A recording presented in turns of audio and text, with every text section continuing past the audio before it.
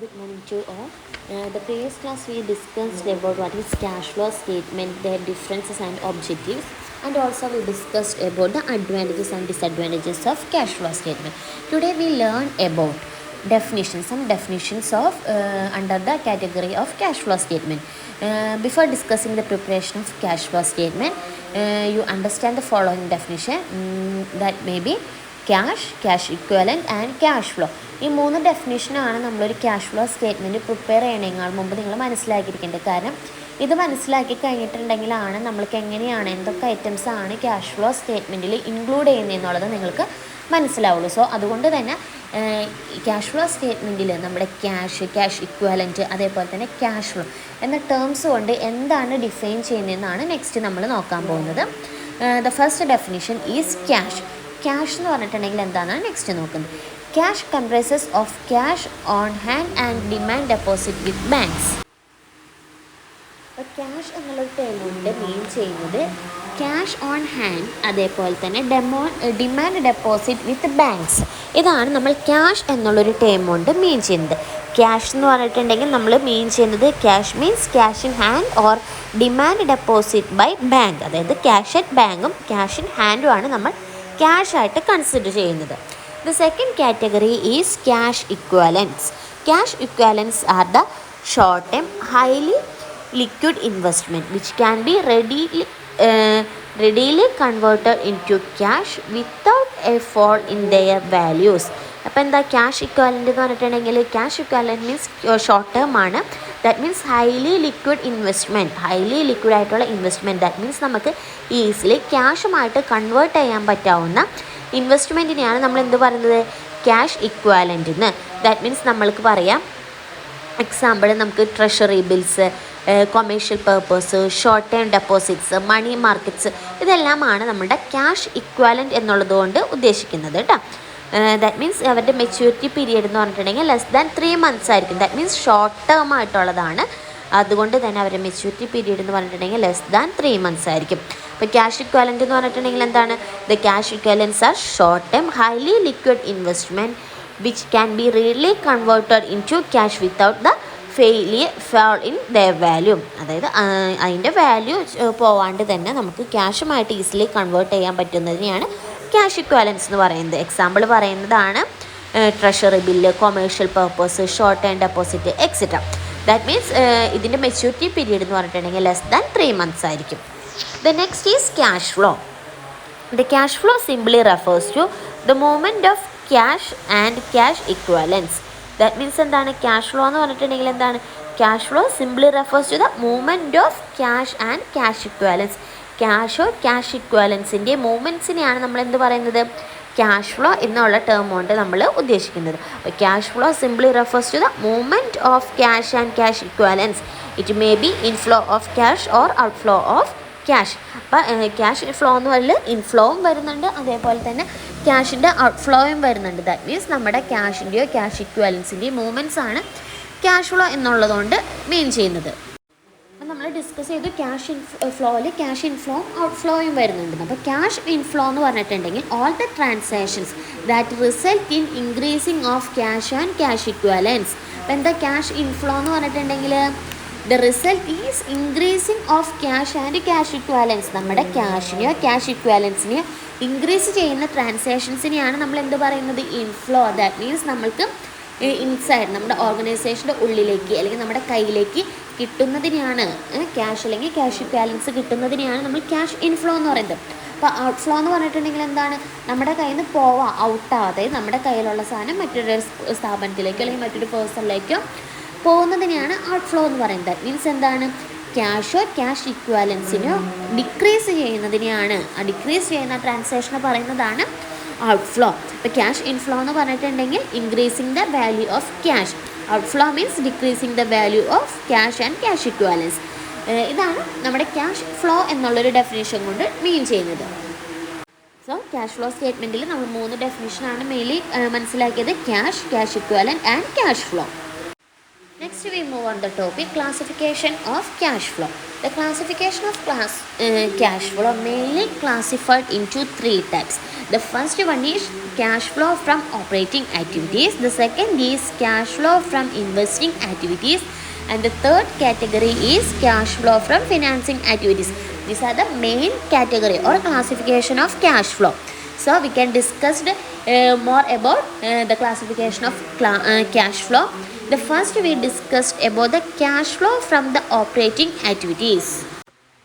The cash flow from operating activities are the main revenue generating activities of the enterprises. So cash flow from operating activity, that means എന്താണ് every എൻ്റർപ്രൈസസിൽ ഏതൊരു എൻ്റർപ്രൈസസിലെയും ഏറ്റവും കൂടുതൽ revenue generate ചെയ്യുന്ന ഒരു ആക്ടിവിറ്റിയാണ് operating activities എന്ന് പറയുന്നത്. Operating activities are the main revenue generated activities of the enterprises. This involve producing or acquiring goods and services and selling them. In short, the operating activities are the activities relating to operations. ഒരു ഓർഗനൈസേഷന് operating പ്രവർത്തനത്തിൻ്റെ ഫലമായിട്ട് നമ്മൾക്ക് earn ചെയ്യുന്ന മണീസിനെയാണ് നമ്മൾ എന്ത് പറയുന്നത്, cash flow from operating activities എന്ന് പറയുന്നത്. ദാറ്റ് മീൻസ് നമ്മുടെ ഒരു ഓർഗനൈസേഷനിൽ നമ്മൾ പ്രൊഡ്യൂസ് ചെയ്യുന്ന ഗുഡ്സ് ആൻഡ് സർവീസസ് സെല് ചെയ്യുമ്പോൾ അതിൽ നിന്ന് നമ്മൾ ജനറേറ്റ് ചെയ്യുന്ന എമൗണ്ട് ഓഫ് മണീനെയാണ് നമ്മൾ എന്ത് പറയുന്നത്, cash flow from operating activities എന്ന് പറയുന്നത്. അപ്പോൾ ക്യാഷ് ഫ്ലോ ഫ്രം ഓപ്പറേറ്റിംഗ് ആക്ടിവിറ്റീസിൽ എക്സാമ്പിൾസ് ആണ് പറയുന്നത്. ക്യാഷ് ഫ്ലോ ഫ്രം ഓപ്പറേറ്റിംഗ് ആക്ടിവിറ്റീസിൽ ക്യാഷ് ഇൻഫ്ലോവും ഉണ്ട്, അതേപോലെ തന്നെ എന്തുണ്ട്, ക്യാഷ് ഔട്ട്ഫ്ലോയും ഉണ്ട്. അപ്പോൾ ക്യാഷ് ഇൻഫ്ലോയിൽ വരുന്ന ഐറ്റംസ് ആണ് cash sales, cash received from debtors for sales of goods and rendering services.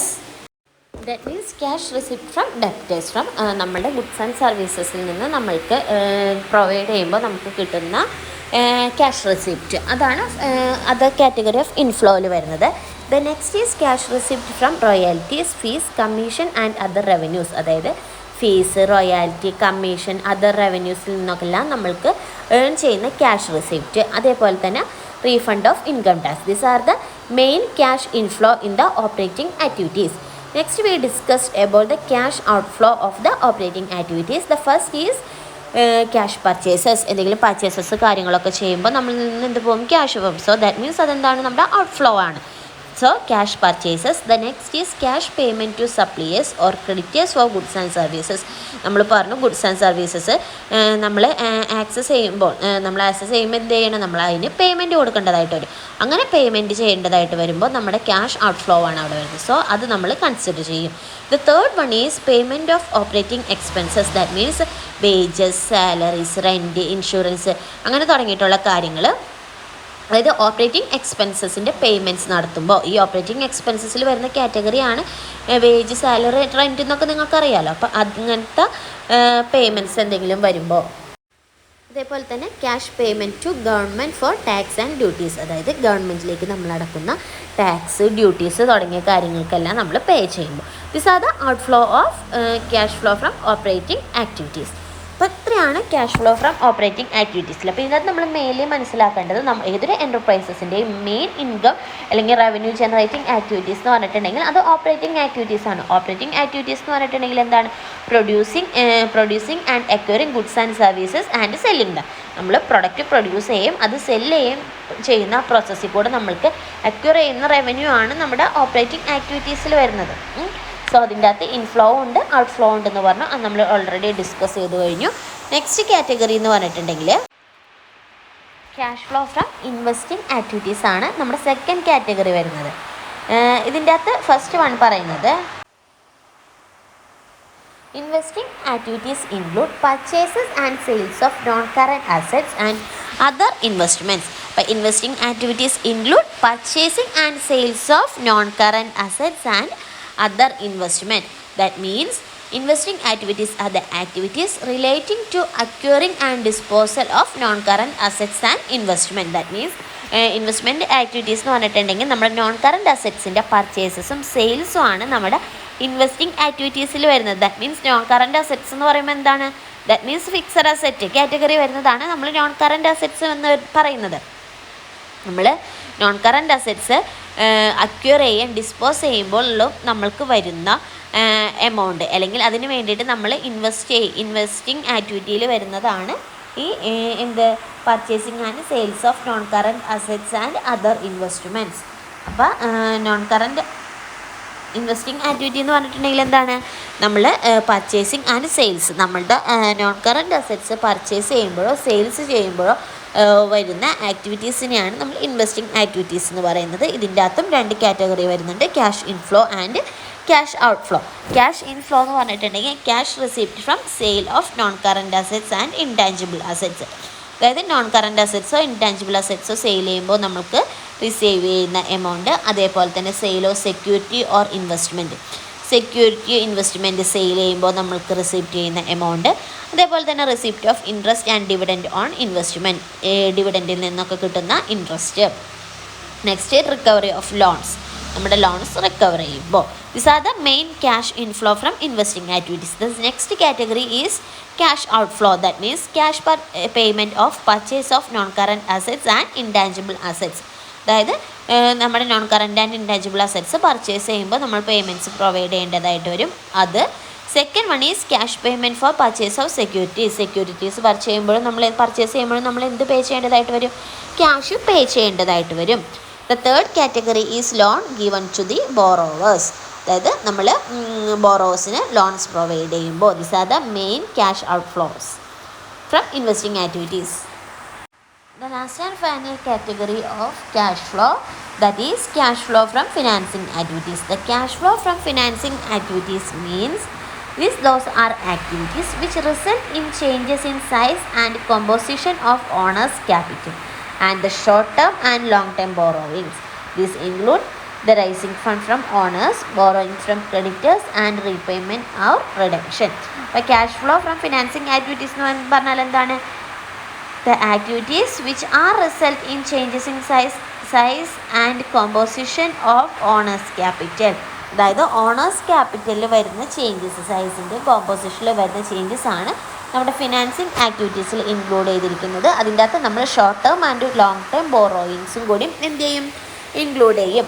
ഇപ്പോൾ ഓണേഴ്സ് ക്യാപിറ്റൽ എന്ന് പറഞ്ഞിട്ടുണ്ടെങ്കിൽ നമുക്കറിയാം ഷെയർ ഹോൾഡേഴ്സിൻ്റെ ഫണ്ടാണ്.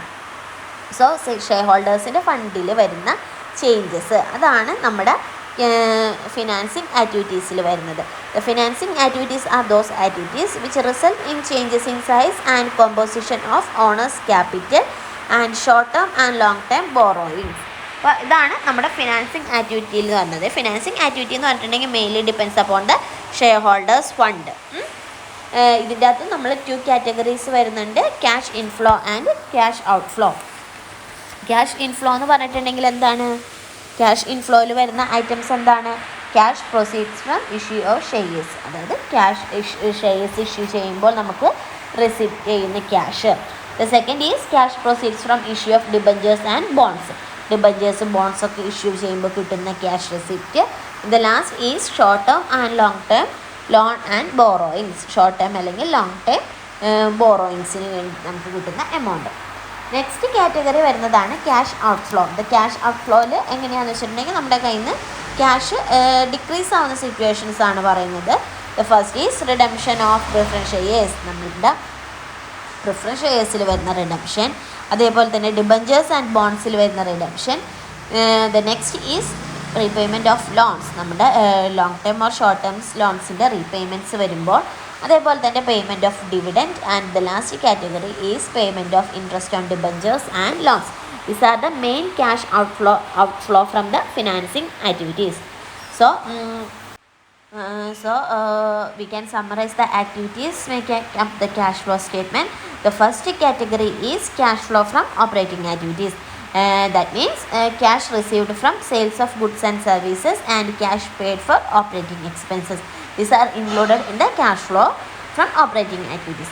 The second category is cash flow from investing activities. Cash flow from investing activity means the cash received from the sale of investment and fixed asset, the cash paid for purchase of investment and fixed asset. These are under the category of cash flow from investing activities. The last category is cash flow from financing activities. That is cash received from issue of security and borrowings, and cash paid for redemption of securities, repayment of loans, payment of dividend, etc. These are the summarized activities of cash flow statement. Next ഇന്നത്തെ theory class കേട്ട് കഴിഞ്ഞിട്ട് നിങ്ങൾ answer ചെയ്ത് വെക്കേണ്ട question എന്ന് പറഞ്ഞിട്ടുണ്ടെങ്കിൽ ഇതാണ്. Miss ഇവിടെ കുറച്ച് ഐറ്റംസ് പ്രൊവൈഡ് ചെയ്തിട്ടുണ്ട്. ഒരു 1 to 13 ഐറ്റംസ് മിസ് ഇവിടെ പ്രൊവൈഡ് ചെയ്തിട്ടുണ്ട്. ആ പ്രൊവൈഡ് ചെയ്തിരിക്കുന്ന ഐറ്റംസ് ഏത് കാറ്റഗറി ഓഫ് ആക്ടിവിറ്റീസിൻ്റെ അണ്ടറിലാണ് വരുന്നതെന്ന് നിങ്ങൾ എഴുതാം. ഫോർ എക്സാമ്പിൾ പറയുകയാണെന്നുണ്ടെങ്കിൽ ഇതിൻ്റെ അകത്ത് ഇഷ്യൂ ഓഫ് ഡിബഞ്ചേഴ്സ് എന്ന് പറഞ്ഞിട്ടുണ്ട്. The first question is issue of debentures. That means എന്താണ്? ഇഷ്യൂ ഓഫ് ഡിബഞ്ചേഴ്സ് എന്ന് പറഞ്ഞിട്ടുണ്ടെങ്കിൽ നമ്മൾ പറഞ്ഞു മെയിനായിട്ട് നമുക്ക് 3 കാറ്റഗറീസ് ആണുള്ളത്: operating activities, investing activities and financing activities.